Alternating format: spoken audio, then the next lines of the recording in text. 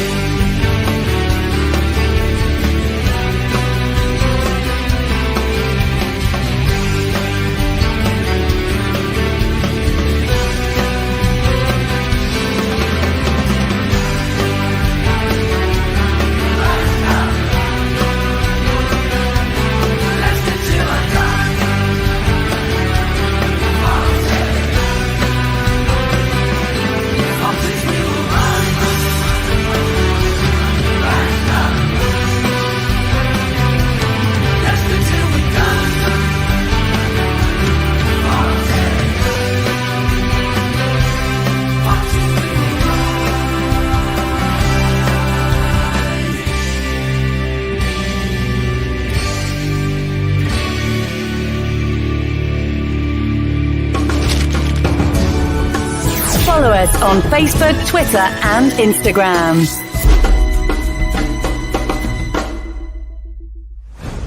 This podcast is proud to be part of the TalkSport Fan Network. TalkSport. Powered by fans. Right, Chris. All right, good evening, good afternoon, good morning, good day, good night, wherever you are in the world. Welcome along to another edition of The Conversation. And I said last week, I can't believe I have to pinch myself when I do this show because I get to speak to people that were my heroes that I watched kicking a ball around. Well, what back in the day was Filbert Street, then the Walkers, then obviously now the King Power. And sometimes I can't believe I'm able to do this, and I do consider it an honour, and I do appreciate players giving the time up and coming on. Now, I didn't know how to introduce this next guest tonight, but I think there is only one way I can introduce him. What we're going to do right now is go back, way back. Back in time. Heskey. For Collymore! Well, that is why there is so much fuss made about Stan Collymore. A goal for Collymore again, reacting quickly to the cross and guiding it past Sorensen. 3-1. Picking up here with Heskey. Can he present Collymore with the hat-trick? Yes, is the answer. Stan Collymore. A hat-trick on his home debut for Leicester City. I'm loving it. Oh, yeah, good evening, Stan. How are you? Good to see you. Thank you for inviting me. No, thank you so much for coming on. We will get to that game later, but I mean, that is indelibly printed in my mind. You know, home fixture, that picture, it was, well, let me put it this way. I think I've showed you this before. I have a signed copy of that picture of you with the match ball then. Brad, who's one of my co-hosts on here, and he's actually in the chat now, he describes you as the one that got away. And to be honest with you, when we think that we let you go and kept Adi Akinbaye, I sometimes, it's moments like that when you realise, I don't understand football. Yeah, I mean, to be fair, I mean, it's funny actually because Peter Taylor that came after Martin, we'll get into Martin, I'm sure. Peter came in and wanted to do things his way. He's obviously, you know, his stock was high at that point. He was the man that gave David Beckham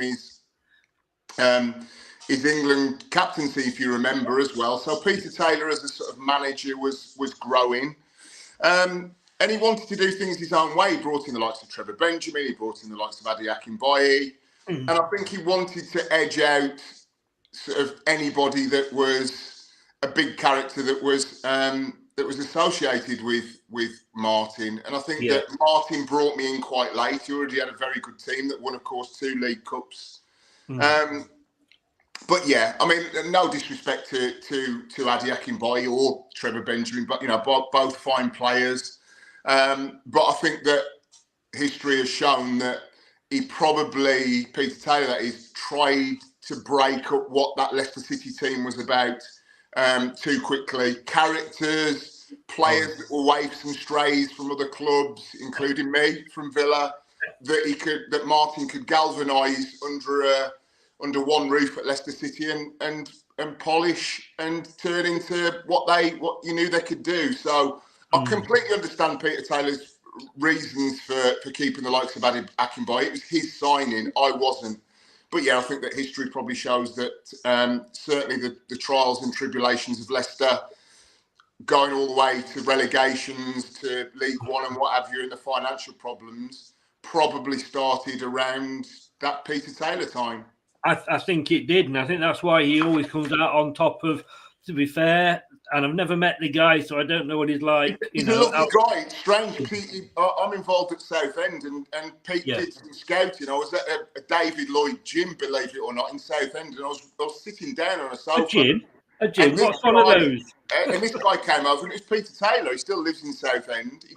He doesn't scout for us anymore. And I thought, is this going to be a bit awkward? And it wasn't. He was very gracious, and I was gracious back. Peter's a lovely guy. He just wanted to do things his way, and that's the right of every manager that joins any football club. I've got to ask one question. Did he have Junior Lewis with him? He didn't. No, he didn't have Junior Lewis. He had a guy. I was asking somebody this question the other day. He was at Gillingham, and he had a guy. He had a guy who just retired from playing, Steve something, blonde-haired lad, as his first team coach. And I thought that was a brave move, but ultimately one didn't work because it was a guy that had just come out of playing at Gillingham, several leagues below. Wasn't, nobody is Steve Wolford, nobody is John Robertson, and nobody is Martin O'Neill. They're unique, and the three of them together worked extraordinarily well as a threesome. But it was a very young coach that he brought in, and that Leicester City dressing room was full of big names and big characters. And I think that Steve, the first team coach, got swallowed up a little bit in that. But no, he didn't bring Junior Lewis with him. But he brought. When you met him in the gym, because I think he took him to virtually every club he went to. Junior Lewis went with him. Yeah, I mean, like I say, he wasn't at Leicester. I know Junior, he's seen him dotting about now and again, but he didn't. He came in, he brought Steve as his first team coach, and that was it. I think, like I say, he wanted to get into the club and bring new energy in, and that was players like Trevor Benjamin and Adi Akinbaye. But no, Pete wanted to do it his own way, and like I say, he had every right to do that as a manager that Leicester City Football Club hired at that time. It's always difficult, isn't it? I mean, it's like the Alex Ferguson thing at Man United, trying to follow somebody that was as popular and had won things, because at that particular point in time, 3 cup finals, winning 2 in sort of 4 years, it was a great success for us, staying in the Premier League, not coming straight back down again. It was always going to be difficult to follow that, wasn't it? Yeah, and I think that it's you usually, as a football manager, want to follow the guy that follows the guy. So David Moyes after Sir Alex Ferguson, it's like you want to be the next guy because you know how difficult it's potentially going to be.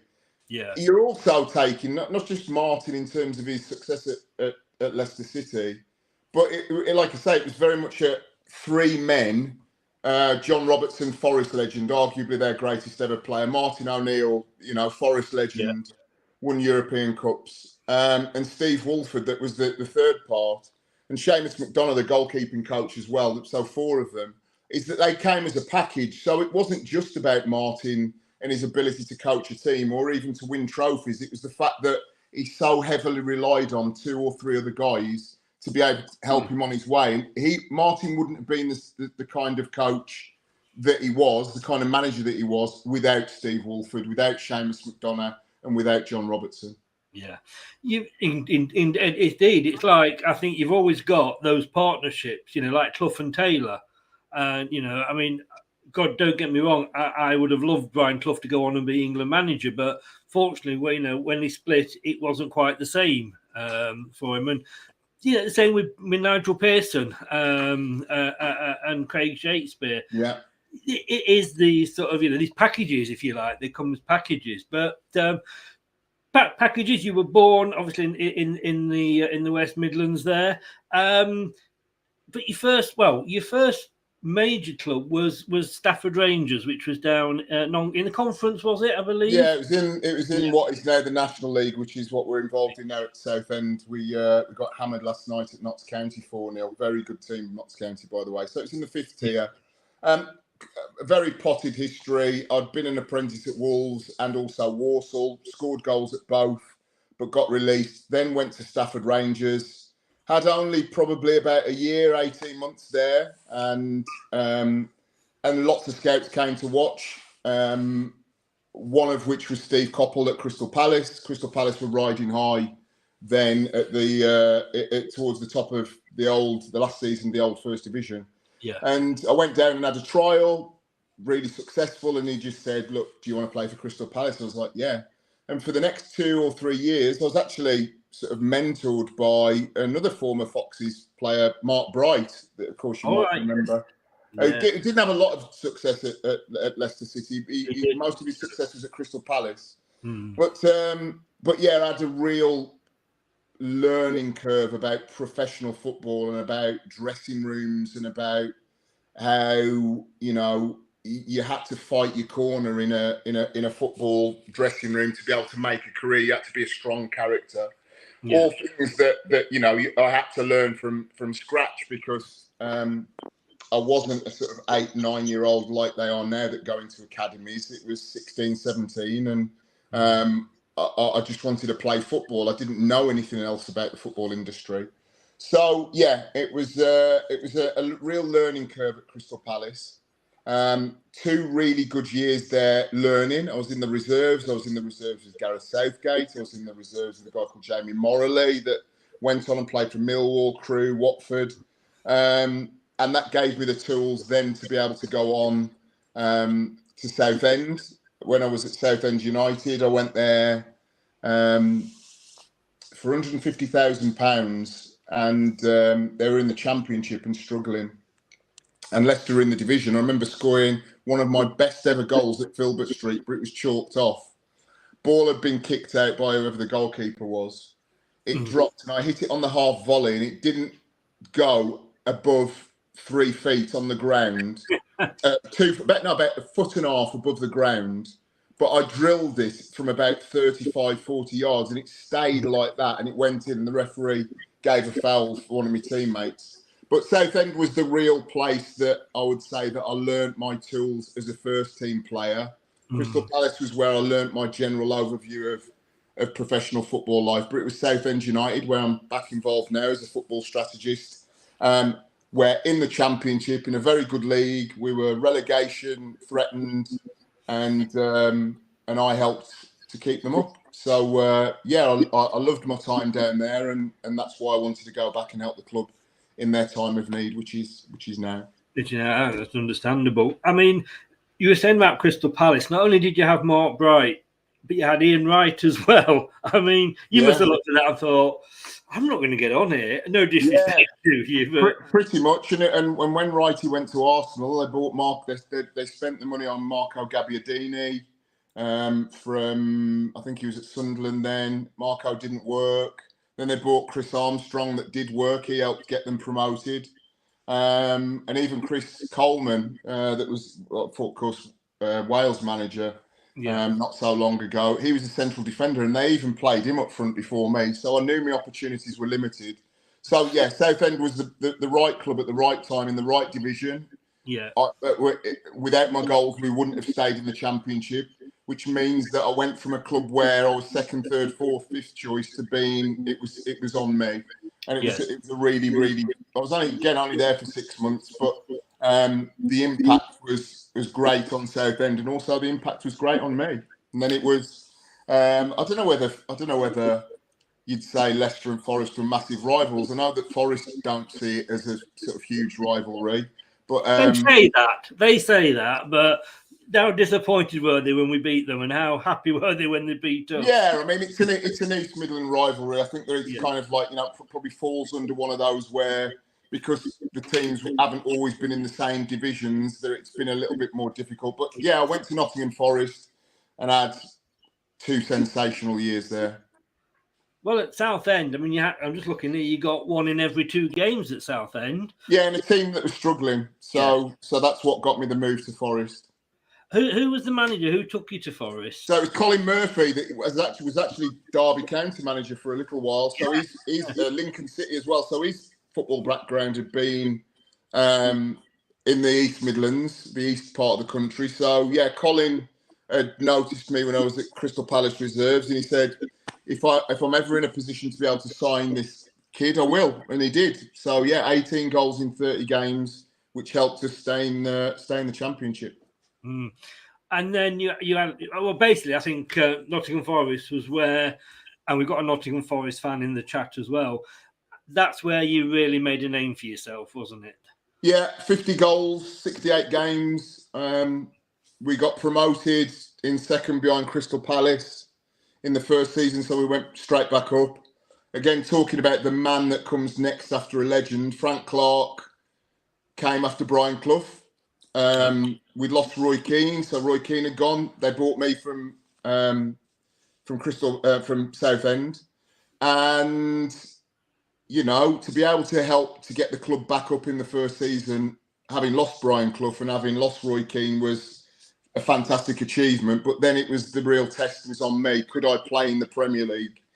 And I scored on my debut against Man United, that were the reigning champions. Giggs, Cantona, Kanchelskis, Bruce, Pallister, Keane, Ince, Schmeichel, and I did really well. I scored, and we got a point at the City Ground.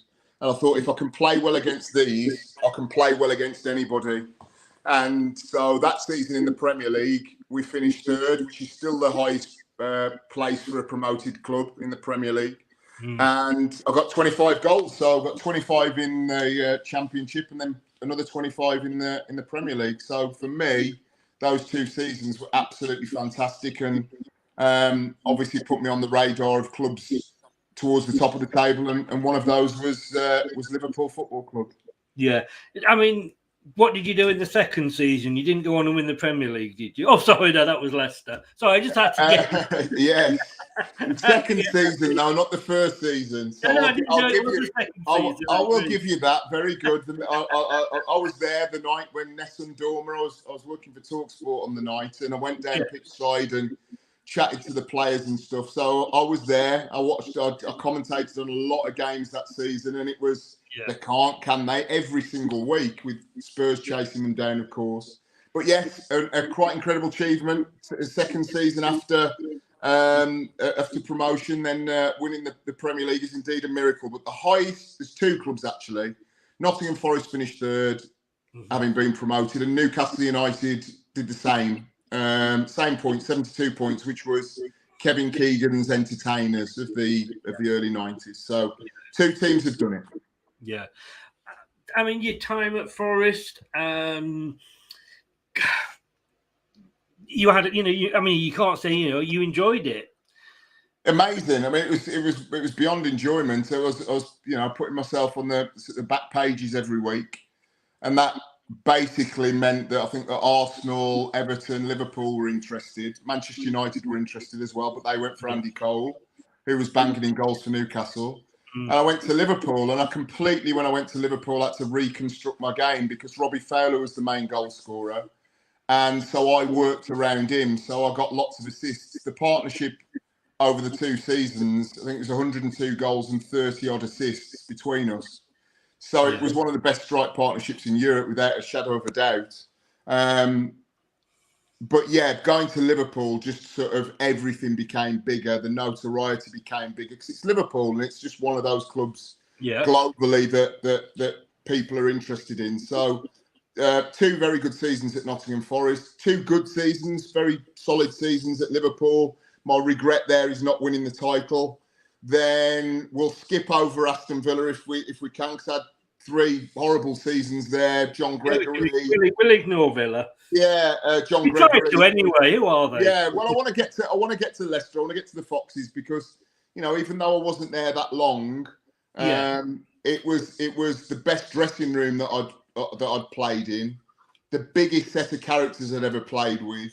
Yeah. And under Martin O'Neill, John Robertson, Steve Wolford, it was the best football environment that I'd been in. So when you say the one that got away, I was of course at the club, but I think if Martin would have stayed and not gone to Celtic, and he'd have signed a new contract for another 2 or 3 years, I think that I'd have been there alongside him for sure. I think, yes, I think you would have done. I just want to go, because obviously you moved to Liverpool, was British transfer record then, 8.5, beating Andy Cole, who, as you say, moved from Newcastle. Today it would be about 135 million, apparently, I know. in the adjusted rate. So, yeah, it still would have been a British record transfer. Yeah, I was lucky in many ways. Southend record transfer, Forest record transfer, Forest record sale, Liverpool record buy, Villa record buy.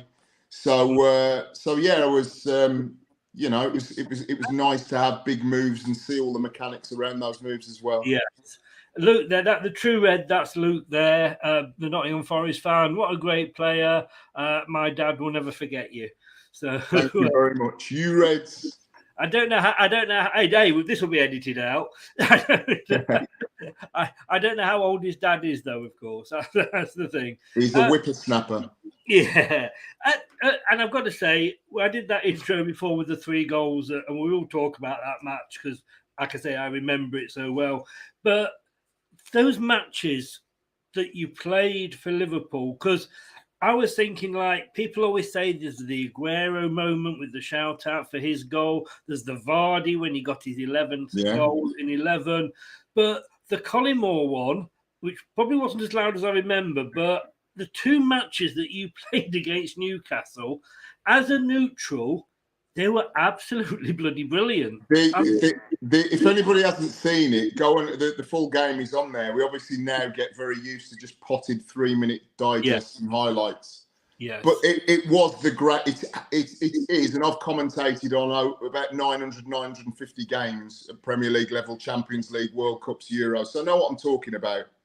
And just because I played in that wasn't the reason why I felt it was such a great game. I've watched it back, and it's what was the best, or what is the best about the Premier League. 2 teams having a really good go at each other, filled with attacking talent, filled with endeavour and skill, last-minute winner, and then the following season there was a last-minute winner. It was just kind of, but the first game really was a classic. It was an absolutely end-to-end 90 minutes. I mean, I remember Andy Gray saying 90 minutes had never gone so quick. It felt like 10 minutes. I felt very privileged to play in it, very privileged to score the winner in it, and it is still in most polls for a 90-minute football match at that level, the greatest ever played. So, what better than to score the winning goal in that game? Absolutely fantastic. I mean, you just came from the left, totally unmarked. I mean, you probably had a bigger effect on Kevin Keegan, bless him, who tried to hide it. Yeah, because they didn't win the league, and he had to come out, if you remember, because they lost the league, they exploded then, and United won the league. Yeah. Which I get reminded of by United fans that Liverpool helped Man United win the league. But yeah, Kevin Keegan had to come out and say, we're going to continue to play like this, or I go. And then there was the sort of. He had a pop at Sir Alex Ferguson in one of the presses after, and he'd lost it, bless him. Yes. But really good 2 years at Liverpool, really good 2 years at Forest. Played under 2 former Leicester. You were referring to was actually this. I will love it if we beat them. Love it. I think it was probably that. Doug's in. Doug's a Liverpool fan. It's like a Stan Collymore fan club coming in. Hello, everyone. Hope you're well. Say hello to your dads, all of you. Villa was difficult. And I only want to touch briefly on mental health, because there are lots of YouTube videos of me talking about mental health. Yeah. And I know that's something you want to talk about, so I don't want to sort of poo-poo it or not talk about it. But effectively, the 3 years I had at Villa, poor form, poor life choices, And, you know, my mental health was starting to creak at Liverpool. Being the big signing at the big club was quite difficult, was quite isolating. I remember talking to the Liverpool physio and saying, something's not right here. And he said, no, you'd be fine. And it all came to a head at Villa. And I basically, as the first sportsman anywhere on the planet during a season, to go and get mental health treatment at a hospital and to come out and say, I struggle. And so it's amazing to see now so many people having the mental health conversation on social media. Youngsters drive it. It's fantastic what youngsters do in terms of not being fearful of our generation was fearful about pull your socks up, roll your sleeves up. That's what we were told as kids. That's gone now.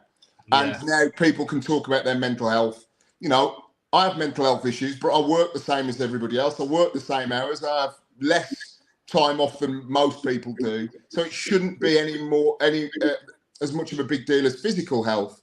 But because of the stigma around it, and the stigma around it for many generations, you're mad, you're crazy, you're this, you're that, the other, is that the youngsters are really driving it. So 2 years at Villa that were poor on the pitch, bar I scored a cracker at the Holt End where I used to stand as a kid against Atletico Madrid in the quarterfinal of the UEFA Cup.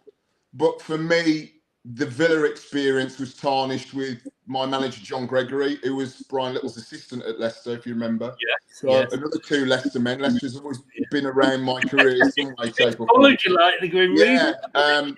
Is that John at the time didn't understand that mental health wasn't something that you could just wish away by playing well or rolling your sleeves up. So, then John came into me one day and said, Leicester, Martin O'Neill wants you to come in. I'm not going to play you here at Villa. And I couldn't wait to go. I could not wait to join up with Martin O'Neill. I couldn't wait to join up with John Robertson, that had been an idol of mine since I was a kid. Then we get to Filbert Street. And we get to a short but very memorable period of my career and my life. The old lady that was Filbert Street. I just want to say hello to Miss Molina, and I hope you're okay. And I want to just say, if you don't bear with me here, sorry, Stan, our thoughts here, and I'm sure everybody's in the chat, goes out to Stephen. He's a huge Arsenal fan. He's suffered for a long time with liver disease. He's had a lot of replacements that haven't worked, and he is being put by his family into end-of-life care. So our thoughts go out to him. I know they did a special tribute show earlier to him. Melina, you were on there. Is an Arsenal fan. It doesn't matter when it comes to things like this. I'm sure we all wish him all the best. Yeah, I'd echo that and certainly send my very best wishes. I have chatted to. I like to talk to people on social media, and often, whether it be mental health issues or physical health issues. I went to see a lad called Neil that was in a hospice, and massive Southend fan, and he was in a hospice in Cambridge. This was around October, November last year, and he didn't have long left. And I took him a shirt signed by all the boys, and we had a walk down memory lane, and that will sit with me forever, because to see his face when he was wheeled around the corner, knowing he only had a matter of weeks to live, will live in my memory forever. And I think it's really important that it doesn't matter whether it's mental health or physical health, that we, try and be around and that famous phrase, be kind. And so I'm sending all my very best to him as well. Hope I'll send him a clip. I'll send him a clip of this. It'll mean a lot to him. Please do. But I mean, he joined Leicester. As fans, we were like, wow, we've got a player of, we could only ever dream about getting somebody, of your standard. I mean, don't get me wrong, Emile Heskey was young coming through. Neil Lennon, but and Savage and Is It, but they were all sort of been rejected by other clubs, and a bit of a mismatch. But you came and it's like, wow. Now, you couldn't play, unfortunately, in the final that year because you were tied to the football. Yeah. And then you had a bit of fun with a fire extinguisher, I believe. Yes. I'll tell this story, but I'll keep it very brief. We'd been to La Manga. I signed on the Wednesday, and Martin said, we're going on a team bonding trip to La Manga on the weekend. There was no game. We all get there. We all go out. A lot of the lads play golf in the day. We all go out at the night time, have a couple of beers. And an initiation for the new boy was Neil Lennon saying, Mick Yeoman, that was the physio, he said, give Mick Yeoman a little bit of the fire extinguisher, a bit of a laugh, make all the lads giggle. Yeah. So I did. A little bit of spray went on his face. That was it. So Lenny turned around and went, no, give it him, really give it him. So I pressed it, not realising that when you press down on a fire extinguisher, it stays on. There's no on-off. Powder went everywhere in the room. This bloke come running out of the mist, jumped on Matty Elliott's back. First mistake. Somebody else came out and it just was chaos. Bloke was playing a piano in the corner. It's just like something out of a film. We wake up the next day. Robbo knocks my door and he said, "We've been kicked out of the hotel. We haven't been there 24 hours." And I was like, "Oh my God." He said, "Somebody set a fire extinguisher off."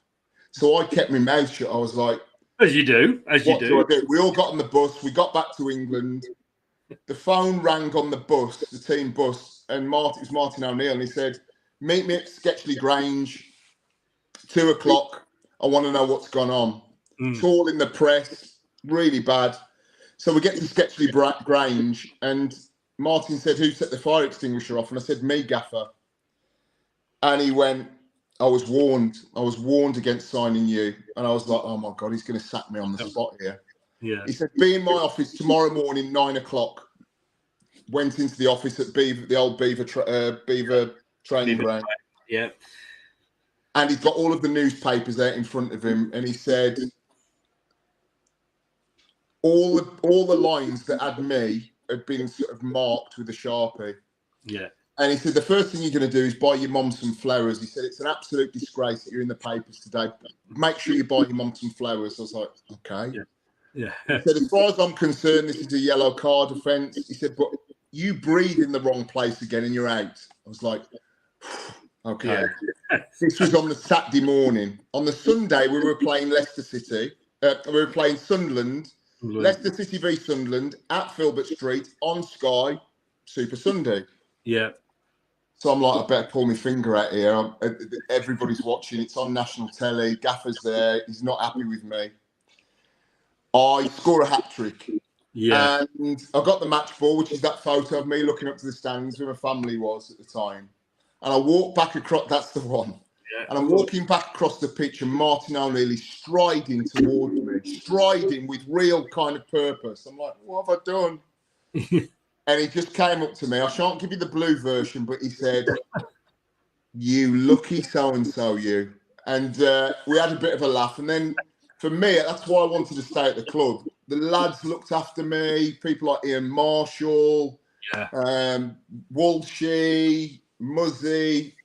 Just a really great dressing room of really good characters that were, enjoyable to play with. We're a really good team. But I think I bonded with the supporters and the players on that day against Sunderland, 5-2. Not a bad way to mark your home debut, was it? And Stefan Oakes got one. He did, Oakes, yeah, of course. What's the quiz question about his dad? His dad's in Shawaddy, I believe. Indeed. So that was the quiz question for all you out there. Yeah. Steph Oakes that played for Leicester City. His dad is in Shawaddy. You're going to have to ask your dads or even your granddads what Shawaddy is. I was going to say there's going to be all the questions like, who? Go back and look. One of the first ever conversation shows I did was with Dave Bartram, who was the lead singer with Shawaddy. He's a good friend of the show. You never know what's true on Wikipedia or not, but it said there was £700 worth of damage. And you got fined quite a bit more than that. I probably got 2 weeks' wages for sure. I got 2 weeks' wages fine. I don't know about the £700, but I had to pay that as well. So it was a lesson learned. Don't be setting off any fire extinguishers, kids. Don't do what your teammates tell you. Exactly, yeah. You know, and of course the fourth goal, which was the second one in the match, Emile Heskey, who would kind of move where you'd come from Liverpool. I mean, Brad's saying here, I know that Heskey moved, but the Premier League was cruelly robbed of Heskey Collymore as a strike force. Yeah, it was good. We played together the game before against Watford, and I knew straight away we had a good partnership. Yeah. Emile came and spoke to me, and again, just a little anecdote. I'm just wary, my battery's on red on my phone, so I haven't got loads left more time. But in terms of the players and the spirit and the character of that Leicester City dressing room, is that firstly, Emile came up to me and asked my advice about Liverpool. I said, look, if Liverpool ever come knocking, it's one of those clubs that you have to go to. If you get an opportunity in your lifetime to go. And he did. And I was flattered that he asked. And then the second one was when I broke my leg at Derby, which Derby fans still sing about. I'm their nemesis, not only because I'm a red dog playing for Nottingham Forest, but I played for Leicester as well, so they really hate me. But they still sing about me. Thank you, Derby fans. Living rent-free in your head, as the kids say. But when I broke my leg, I went into a hospital in Leicester to have a pin in my. It wasn't a bad fracture, but the ligament damage was quite severe. Right. And all the team came to visit. Martin O'Neill, John Robertson, Steve Walford and Seamus McDonough came on a separate visit.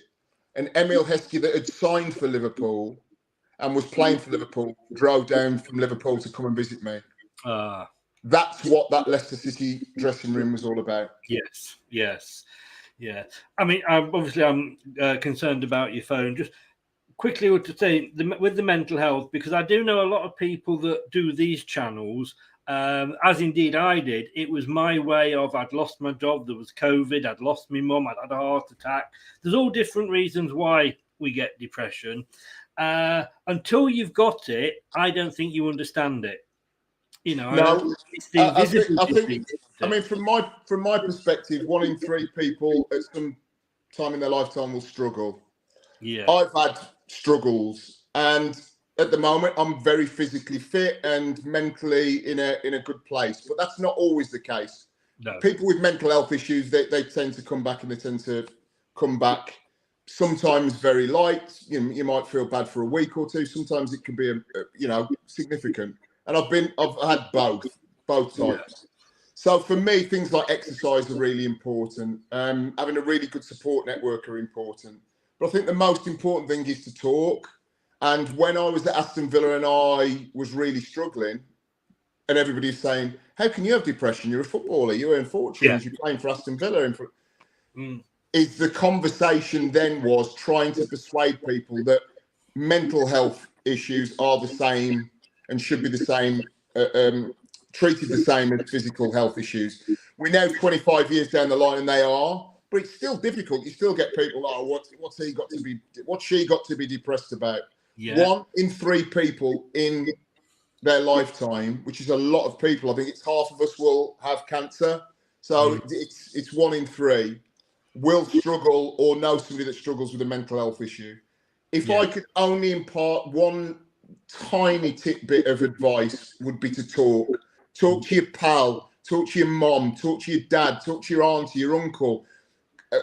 There's lots more anonymous meetings now after COVID, and everybody's using Zoom. You can blank your face out and go onto groups whereby you don't have to be visible, you don't have to show your face, but you can open up.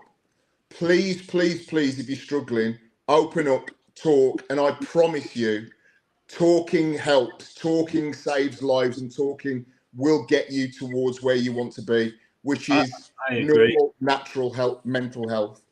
You just don't know. I mean, I always say Robin Williams, the comedian actor. Exactly.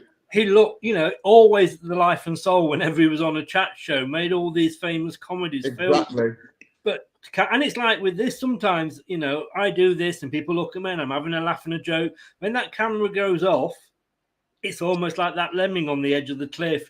And I think once you've got admitted and accepted you've got it, and that's quite difficult sometimes, is admitting that you've got it. Like you say, I've done a long course on a Zoom meeting over sort of 26 weeks. Talking is such a big, it's sharing it, and it's sharing it with somebody that you don't know, for me, because you're not judged. Absolutely. And that's the most important thing, is that the reason why I say friends and family initially, because friends and family won't judge, but there are lots of groups, great charities like Mind and Sane, they won't judge. Sane has a phone line. If you are struggling, go and Google Sane, S-A-N-E, Sane Charity, and they have a phone line, a free phone line from 9 in the morning till 10:30 at night. Use these avenues to be able to keep you on top of your mental health, because when you keep it to yourself, when you don't talk, it builds and it builds and it builds. And unfortunately, you know, we talk about the men's game and men's football. In terms of the statistics for men that take their own life, it is horrific, and it's it's avoidable. It's avoidable by talking. It's avoidable by reaching out to people. It's avoidable by accepting help. So whoever you are, wherever you're from, if you take just one tiny bit of advice from me, is talk to somebody now, tomorrow, the next day. Yeah. And of course, you had a very good book out about it, Tackling My Demons. Yes, so it's all in there, my weird and wonderful life. So yes, it's out there somewhere. Yeah. And quickly ending, because like I say, I'm concerned about your back troop. Southend, you're back there now, helping them out. I've worked all over the country after I left Leicester. Some people would say I was on the witness protection programme. I've moved about that much, but part of my time in the northwest was in working in Bury and working in Bolton, two clubs. Yes. One of which managed to be saved and one of which wasn't. And I think it's like with Derby now. As much as, yes, you know, I like to see them relegated, I'm not going to lie. Would I like to see them go out of business? Not at all, because Leicester nearly went there twice. And it's the heart and soul of so many towns. And what I remember of Bury, you know, it's not the biggest club in the world, and it is going to struggle, obviously, with everything that COVID. But do you think that the rich clubs, I mean, when you look at how much Chelsea have spent this transfer window, could they in some way not, whether it's a feeder club or somehow help these smaller clubs? Yeah, I mean, at Southend, we're going through issues. We've been in an embargo, that's public knowledge, since September. I'm part of the football department, so we're a bit paralysed at bringing players in at the moment, but we're still competitive. We're in the top six still in the National League, which is fantastic. So we're competing despite, we did a lot of our business very early in the summer transfer window. Is that Southend is now a city. It's a growing city, and a growing city deserves a football club. Every club every town and city in the country usually has a football club, whether it's non-league or pro. Is that I would like to see the Solidarity Fund grow in terms of what trickles down. I don't think much is trickling down. If I'm being perfectly honest, I think that we need some sensible sort of ideas put forward as to making sure that there are fit and proper owners, that they have to pass certain tests, that they have to put up certain financial guarantees. So in my role at Southend, we're very aware, because we're in it, of the struggles of many clubs up and down the country. But what I would say is that if European football, UEFA, FIFA, the FA, the Premier League can get their head around that there's just not 20 big clubs on planet football, and that the pyramids around the world all support. Everybody, you know, came from somewhere to get into somebody's first team at Chelsea or at Man United or Arsenal or Leicester. Is that the more money that we can have propping up the Championship Leagues 1, Leagues 2, and a vibrant pyramid, the better it will be for English football. I'm just really aware that I'm probably going to go off any second now. So no problem. No, I agree. Look, I'd love to come on in the future. Hopefully, when towards the end of the season, maybe, and do a bit of a fallout with you on Leicester City season. Love to have you on. Love to have you on. Absolutely, and flesh out some of the other stuff. But I want to thank you for having me on. Thank you for everybody for listening. The only reason I'm going is because literally my battery is red and it just came up 5%. So I'm going to love you and leave you. I appreciate your time and giving up the time, Stan. Thank you very much. You take care of yourself, and hopefully I speak again soon. Take care. Thank you. Be good. Bye-bye. Wow. What a man. I said at the start, I started this channel, and I think it's kind of hit me today with the news about Stephen. And I'm sorry that I didn't get a chance to ask all your questions. I know some of the questions he actually answered as he was talking through, and obviously others we would have put to him, but he had to go. And I do appreciate, because these are players that I have grown up watching. I mean, Ian Hume the other week, I was talking to Jerry Taggart. These are players that I've idolised. Steve Walsh on the pitch, Russell Osman I've watched, and the chance to get to speak to them, I have to pinch myself sometimes, and I wanted to particularly, and please bear with me on this, because I did want to ask Stan, and one of the things I wanted him on for was because he has battled with mental health, and I've had that same battle now for the last 3-4 years, probably a lot longer than that, probably most of my life with my disability and my bullying, etc. The problem is admitting it and accepting that actually you have probably got it. And what Stan said there was, and it hits me so much with Stephen today. And I was watching us. I was in a little bit in a special chat. And if you haven't watched it yet, please do go and look for if I don't know if Mel's still in, if she can put the link in for the show. But please go and watch it. Our thoughts do go out to Stephen. Do you know what? It's brought it home today. But we are all, in fact, it's still going on now. It's still going on now. So please wait until I have maybe finished and then go over. Let me put the link in the chat for you and go over and give him your support and maybe make a donation to the Children's Liver Foundation. But talk.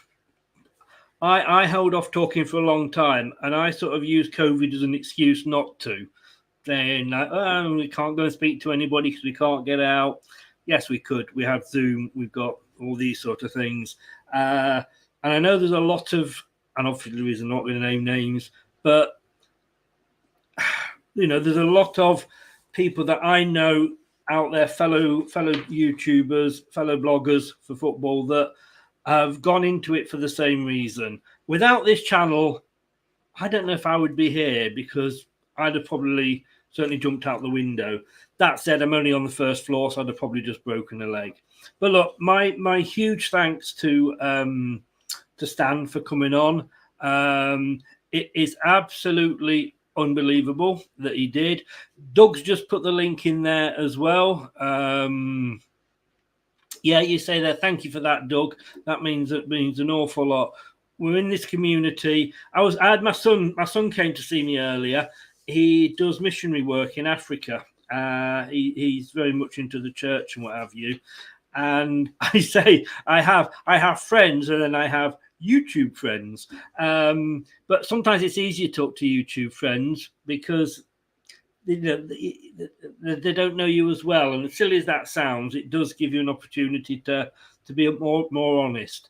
But do get out there, make sure you speak. Thanks so much for Stan. Next week, Paul Ross, TV presenter, brother of Jonathan, and TalkSport Through the Night radio presenter, will be on the show. Looking forward to that. We're going to have a lot more people coming on in the future as well. Hopefully, I'm going to try and make this as regular as I can and putting feelers out to get different people to come on. Thank them all for their time. Thanks to Stan. We'll hopefully get him on towards the end of the season. Lovely, lovely man.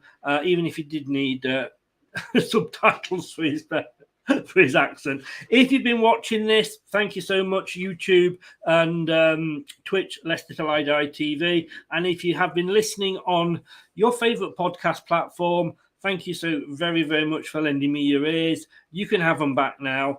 Let's just do this once more, shall we? Because it's always worth listening to. No, it's not, because that's not the one. What we're going to do right now is go back, way back in time. Heskey. For Collymore! Well, that is why there is so much fuss made about Stan Collymore. A goal for Collymore again, reacting quickly to the cross and guiding it past Sorensen. 3-1. Up here with Heskey. Can he present Collymore with a hat-trick? Yes, is the answer. Stan Collymore. A hat-trick on his home debut for Leicester City. I'm loving it. I'll see you tomorrow, 9 o'clock, for the Arsenal preview. Thanks very much, guys. Go and check that channel out and give your support for Stephen. Take care. Thoughts with you, Stephen. Be strong. Good night. Thanks for watching. These videos are tremendous. You'd better like them too, or I'll be back.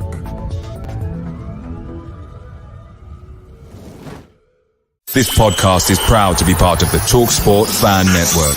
TalkSport. Powered by fans. That's all, folks. Thanks for watching Leicester Till I Die. This is Chris saying goodbye and see you next time.